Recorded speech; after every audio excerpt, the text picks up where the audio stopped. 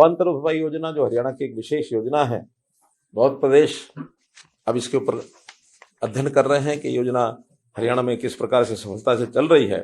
खास करके दो प्रकार की ये जो भावांतर भरपाई में जाती है, एक तो बाजरा है जो पिछले 3 वर्ष से लगातार जा रहा है, उसकी भरपाई योजना पहले 650 रुपया गया था, फिर 400 रुपया गया था। इस बार भी रेट के हिसाब से 300 रुपया का जो अंतर है, वो 300 के अंतर के हिसाब से कैप करके हमने बाजरे का, और आज ये 7,40,000 एकड़ में जो बाजरे की बुआई हुई थी वो रिलीज किया है। 170 करोड़ रुपया, 2,50,000 इसमें किसान हैं। इससे पहले भी 870 करोड़ रुपए भावांतर भरपाई का दिया जा चुका है, जिसके अंदर बाजरा भी है अथवा बागवानी की फसलें भी हैं। बागवानी फसलों में भी अब तक 40 करोड़ रुपया, 40 करोड़ से 71 लाख रुपए, मतलब राउंड फिगर में करोड़ की बोल रहा हूं। तो इस प्रकार से ये दोनों प्रकार की जो फसलों का मुआवजा भावांतर में 1,088 करोड़ रुपए अभी तक दिया है। और इस योजना में किसान को भी कोई परेशानी नहीं होती, वो चाहे अपने घर में रखता है अथवा बाजार में बेचता है, तो जो एवरेज रेट वहाँ उस इलाके का होता है और जो एमएसपी होता है उसका जो डिफरेंस है वो भावांतर का उसको देते हैं। हमको भी कोई परेशानी नहीं होती, उनको भी परेशानी नहीं होती, क्योंकि हमें अगर सारा खरीदना पड़ता है तो उसकी बाद में कंजम्पशन का विषय आता है। तो इसलिए एक रास्ता ऐसा निकाला गया है जिसके अंदर सबको ये लाभ होता है। बाजरे की 3,54,000 टन जो है ये हमारी प्रोक्योरमेंट हुई थी 2200 साढ़े 2200 रुपए में, जबकि इसका जो एमएसपी रेट था 2500 रुपये था। इस प्रकार ऐसी दूसरा जो विषय था, इस समय धान के नाते से हमने जो योजनाएं शुरू की हैं उसके अंदर एक तो मेरा पानी मेरी विरासत ये किया है। उस मेरा पानी मेरी विरासत में अभी तक हम 2020 में योजना शुरू की गई थी तो 143 करोड़ रुपया ये कुल हम दे चुके हैं, जिसके अंदर 118 करोड़ रुपया पहले दिया था और 25 करोड़ रुपया जो है आज 19,500 किसानों को ये आज दिया गया है।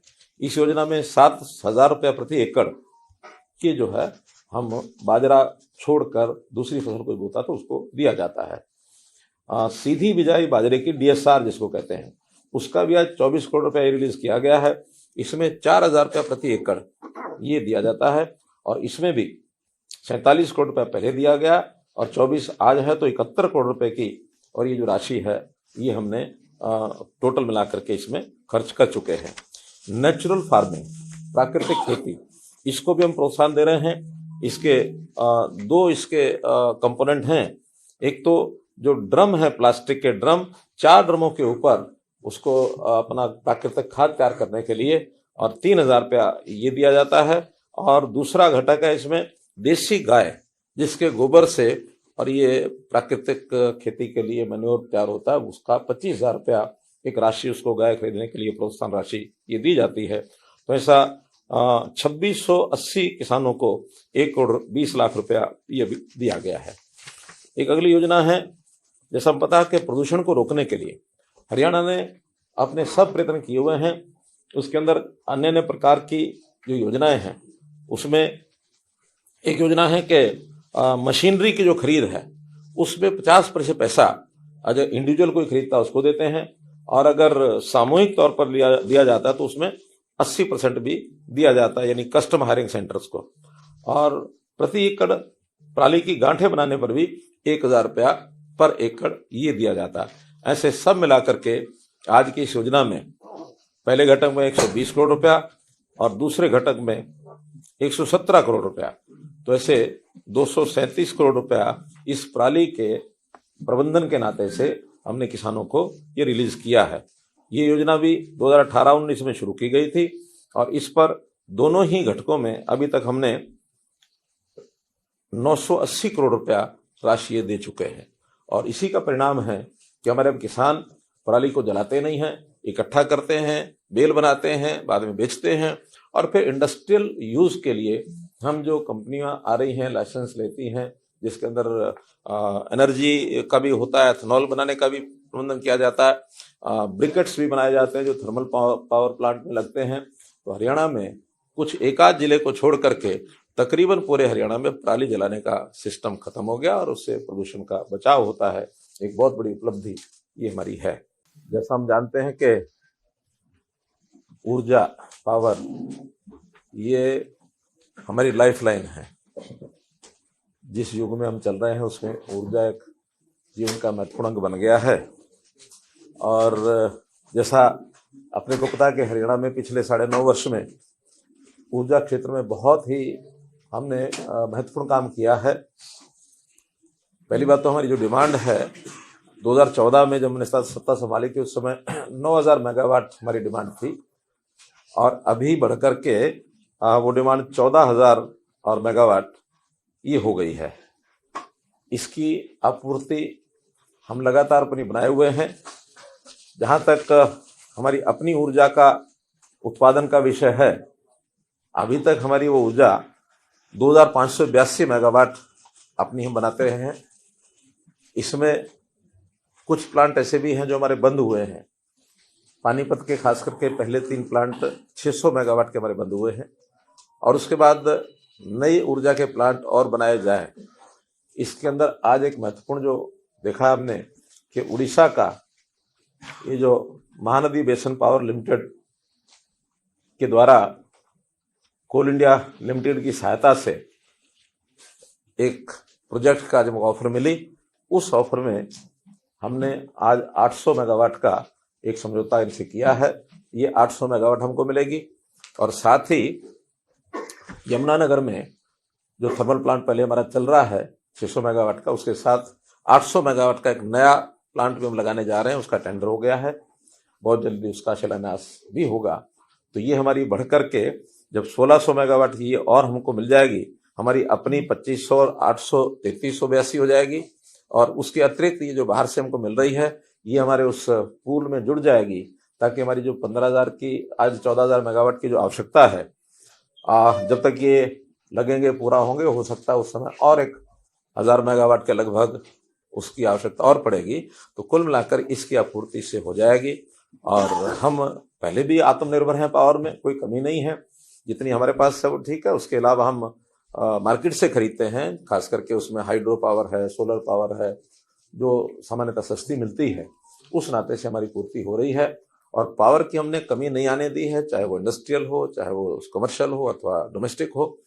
बल्कि डोमेस्टिक में तो हमारा जो एक बहुत बड़ी अचीवमेंट है कि हमने 24 घंटे बिजली देने की जो बात कही थी, आज 5800 गाँव ऐसे हैं जिनमें हम 24 घंटे बिजली आपूर्ति दे रहे हैं, और जिसको जितनी बिजली जिस समय चाहिए उतनी दे रहे हैं। कहीं कोई पावर की स्थिति ऐसी नहीं है। तो इसलिए एक बहुत बड़ा एक अचीवमेंट आज हमारा ये हुआ है। इसकी जानकारी मैंने आपको दी। किसानों को समय समय पर जो हम सहायता देते हैं उसमें आज विभिन्न प्रकार के जो उनका मुआवजा या था, उनकी जो इंसेंटिव राशि वो जो बनती है, उसको आज हमने रिलीज किया है। आपको पता है कि हरियाणा इसमें बहुत संवेदनशीलता के साथ अपने किसानों के प्रति काम करता है कि जब भी कभी किसी प्रकार की कोई आपदा आती है अथवा हमको कोई नई स्कीम चलानी होती है जिसमें किसान का भी हित हो, और उसमें प्रोडक्शन के नाते हो अथवा नई विधि के नाते से, कोई टेक्निक के नाते से हो, तो वो उसके लिए हम नई नई चीज़ें अपनी खोजते हैं आवश्यकता के अनुसार। तो जैसे सबसे पहले जो खराब फसलें खरीफ सीजन 2023 का ये जो आज मुआवजा दिया गया है, इसमें आज हमने 18 करोड़ रुपए की राशि रिलीज की है। और इस वर्ष में इससे पहले भी 4 बार अलग अलग समय पर ये राशि रिलीज की गई है। तो कुल 130 करोड़ रुपया ये जो फसल खराब होने के बाद विभिन्न मदों के अंदर ये दी गई है, जिसमें चाहे वो वाणिज्यिक संपत्तियों का नुकसान हुआ होगा जब बाढ़ आई थी, अथवा जनहानि का भी हमने एक व्यक्ति के लिए 4 लाख रुपए का जो हमने 40 लोगों को वो मुआवजा दिया था। तो ये सब मुआवजा मिला करके 130 करोड़ रुपए की मुआवजा राशि ये हो चुकी है। अलग अलग जिलों में ये सब गया है। इसमें सबसे ज़्यादा जब बाढ़ आई थी 4 जिले उसमें हैं जहाँ 1 करोड़ से भी ज़्यादा है, जिसके अंदर अंबाला है, कुरुक्षेत्र है, फतेहाबाद है, कैथल है। ऐसे 4 जिले सब जिलों में ही हैं। गुरुग्राम में बिल्कुल नहीं है, महेंद्रगढ़ नहीं है, मेवात नहीं है। तो इन जिलों में कोई भी बाढ़ का ऐसा प्रकोप नहीं था। तो ये सब जो उन्होंने सेल्फ जो पोर्टल में सेल्फ डिक्लेयर्ड जो उनकी राशि थी वो भरी गई थी, बाद में उसका वेरिफिकेशन करने के बाद, और जो जिसका बनता था वो सब हमने ये दिया है। 22-23 के बजट में मैंने एक घोषणा की थी, मुख्यमंत्री मातृत्व सहायता योजना। तो उसके अंतर्गत हमारी जो महिलाएं हैं, जो दिव्यांग महिलाएं हैं या कमजोर परिवार हैं, बीपीएल के फैमिलीज हैं, अनुसूचित जाति जनजाति की महिलाएं हैं। तो ऐसे कुछ योजनाएं, यानी उनकी जो आवश्यकताएं हैं, खास करके गर्भवती महिलाएं हैं और स्तनपान कराने वाली माताएं, उनके लड़के, उनके जन्म के, यानी कुछ स्कीम ऐसी बनाई है। लंबी डिटेल है, आपको एक प्रेस नोट के माध्यम से इस योजना की सारी जानकारी हमारा जो डिपार्टमेंट है ये आपको देगा, और इसका भी आज हमने लॉन्चिंग की है। जनसंवाद कार्यक्रम में भी, और उसके बाद विकसित भारत संकल्प यात्रा, उस समय भी लगभग 8,000 से ऊपर ये कार्यक्रम हुए हैं। सभी गांव में हुए हैं, शहरों में भी हुए हैं। तो इन 8,000 गांव में जो हमारे पास डिमांड्स आई हैं, कुछ शिकायतें आई हैं, या कई ऐसे केसेस जो पुराने उलझे हुए हैं, उन सबको सॉल्व करने के लिए हम लगे हैं। एक बड़ी मात्रा में ऐसे एप्लीकेशंस हैं जहां लोग 50-50 साल से रह रहे हैं। उनके शुरू में रेजिडेंशियल मकान थे जब अलॉट किए गए, बाद में धीरे धीरे आवश्यकता पड़ने पर उन्होंने इसमें किसी ने दुकानें बना ली, किसी ने छोटी इंडस्ट्री बना ली।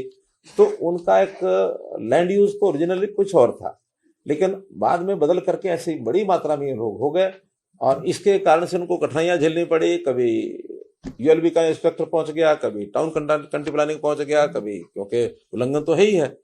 अब उसके लिए हमने एक पॉलिसी बना दी है कि नहीं, इनका कन्वर्जन ये अब रेगुलर हो जाएगा, कि जहां कहीं किसी ने इस प्रकार का इंडस्ट्री अथवा कमर्शियल कोई दुकान अपनी बना ली है, तो उसके लिए कुछ शर्तें ये लगा करके, और उस डिमांड को पूरा करने के लिए रेजिडेंशियल टू कमर्शियल, इसका एक्ट भी बन चुका है, पॉलिसी भी बन चुकी है। आज तो उसका पोर्टल हमने लागू यानी चालू किया है। इस पोर्टल में ऐसी जिसकी डिमांड है वो अपना भर देगा, और भरने के बाद जो पैरामीटर हैं, जो शर्तें हैं, उसकी कुछ फीस है, उस फीस के हिसाब से, और वो उसमें मानो एप्लीकेशन फीस 10 रुपया प्रति वर्ग मीटर है, ऐसे ही कन्वर्जन चार्जेस हैं, उसका विकास शुल्क लिया जाएगा, कंपोजिशन शुल्क है, पैसा, और ये पैसा देने के लिए सब लोग तैयार हैं। इंडिविजुअल कुछ केसेस तो हमने कैबिनेट मीटिंग में किए भी हैं और लोग खुश हुए उससे।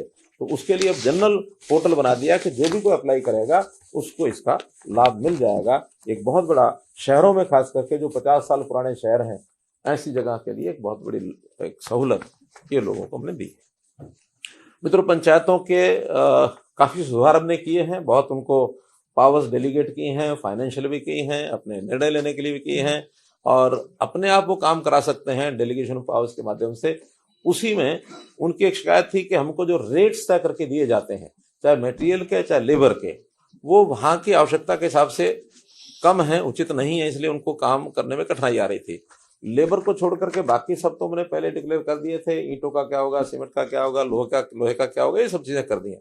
आज लेबर के रेट भी जो उनकी डिमांड थी, उसमें अलग अलग प्रकार के जो पहले रेट थे, कहीं 680 है, 766 है, 589 है, 68 है। तो ऐसा कुछ तो यानी व्यक्ति की दैनिक मजदूरी के नाते है, कुछ उसके एरिया के नाते से है। जैसे 100 mm मोटा इंटरलॉकिंग पेवर ब्लॉक, तो इसका जो रेट है ये पर स्क्वायर फुट है। तो इस प्रकार के सारे रेट अलग अलग हैं। तो उसमें बढ़ोतरी की गई है। उस बढ़ोतरी में 56 रुपये, 53 रुपये, 53, 41, तो अलग अलग रेट की बढ़ोतरी करके उनकी सारी जानकारी लेने के बाद जो उनकी डिमांड थी उसको रैशनलाइज करते हुए ये सारे रेट की बढ़ोतरी की है। और मैं समझता हूँ ग्राम पंचायतों को अब ये कठिनाई नहीं आएगी। 7.5 सामान्य पक्की ईंटों के साथ ईंट का काम क्यूबिक मीटर। अच्छा, तो खैर ये जो रेट्स हैं ये अलग अलग प्रकार के, जो हमारा HSR है उस HSR के साथ तुलना करते हुए जहाँ जहाँ कम है वहाँ उसके मुकाबले में ला करके और उनकी कठिनाई को ये दूर किया गया है। हमने जहाँ सरकारी नौकरियों का अपना सिस्टम शुरू किया हुआ है वो भी मैंने घोषणा पीछे की थी, और एक घोषणा नई जो की थी अभी पिछले शायद 26 जनवरी को ही, कि 60,000 ऐसे लोगों को हम अतिरिक्त काम में लगाएंगे, जिसमें उनका व्यक्तिगत काम भी हो सकता है, उनकी कोई ठेकेदारी में कोई इस प्रकार की योजना बनने वो बन सकते हैं। तो उसी के अंतर्गत एक विषय शुरू किया गया जो हमारी आवश्यकता भी है कि विकास के कार्यों में खास करके ग्रामीण क्षेत्र में जो छोटे काम होते हैं उन छोटे कामों में हमने टेंडरिंग ये शुरू की थी।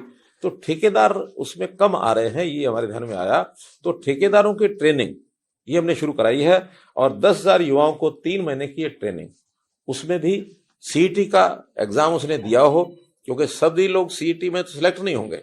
जो सिलेक्ट नहीं होंगे उनको एक ऑप्शन दिया जाएगा कि वो अगर ट्रेनिंग लेना चाहें तो ले सकते हैं, और उसके बाद उनके पास कोई इंजीनियरिंग का या तो डिप्लोमा नहीं तो डिग्री ये होनी चाहिए, और ये लेकर के आते तो 3 महीने की उनको ट्रेनिंग देंगे और उनको एक सर्टिफिकेट देंगे।